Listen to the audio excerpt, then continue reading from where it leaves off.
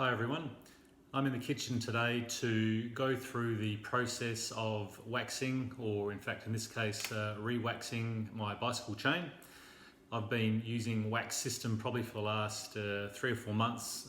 I've really enjoyed that system, so much cleaner, so much smoother. Have a few clients who have asked me about how the process works. It's actually really simple to go through a re-wax process. So here we are. Here I've got my slow cooker. It was about $25–30 from Kmart.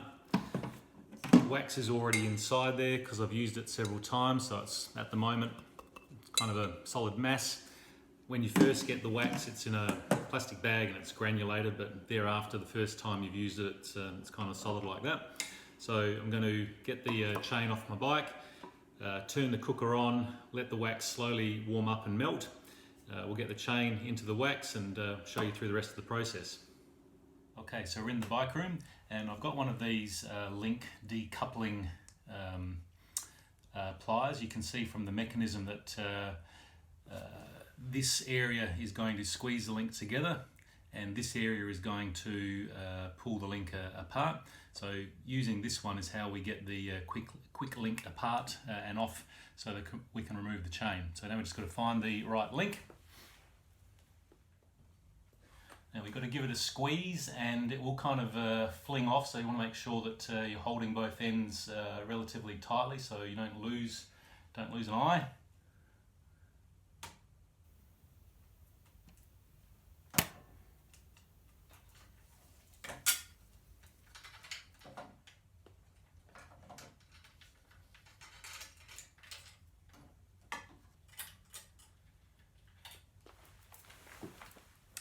There you go. Now, one thing I've learnt the hard way is the actual quick links themselves.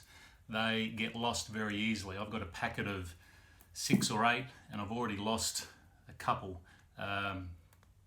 in the carport, in the carpet, don't know where they are. Those are the pieces there, so keep an eye on those. So I've got the slow cooker turned on, it's on low. You can put it on high, but you want to just keep an eye on it, make sure it doesn't overheat and start evaporating. I'm sure that's not wonderful for the wax. But keep it on low. It's probably going to take about 30 to 45 minutes to fully melt with this particular cooker. Alright, so the cooker is on slow heat. I've got the chain in front of me.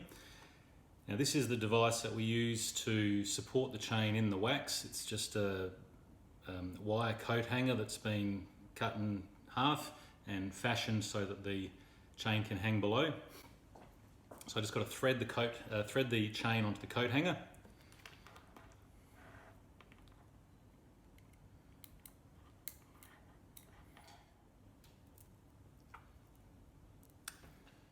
I'm just going to lower it on top of the wax and over the next 30–45 minutes it'll melt, this will submerge, and then we're just going to agitate a little bit to make sure the wax penetrates all of the links.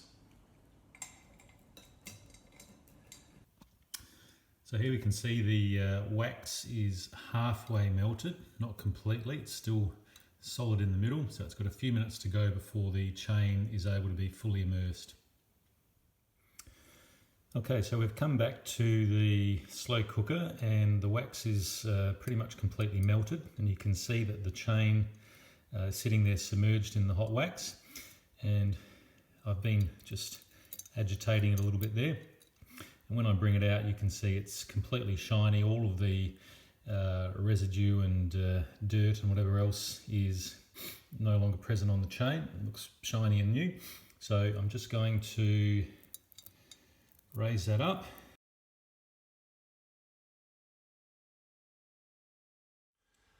Okay, I'm in the garage because the next part of this is a little bit potentially messy. So the chain is now kind of as a solid block. So we've got to make sure that each of the links is mobile again.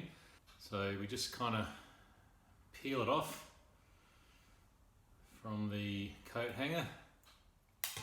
Now this is definitely not the quickest way to go about this stage, but basically we need to make sure that every link now bends. So I'm just going to go in and flex each one by hand. Okay, so I've got my clean chain here, freshly waxed. I've got the two quick links in the right place, hopefully they don't fall off again. And the next step is to feed it back into the drivetrain along the cassette. It's best if you've preset this so the chain was on the smallest cog, and it's got to feed through the chain ring as well, and then back in through the derailleur. So we'll see how we go. This bit can be a bit fiddly. Now there's a little guard here between the two derailleur sprockets. I'll show you a close-up of that in a minute, and it's got to go on the inside. If it goes on the outside, then it's gonna rub.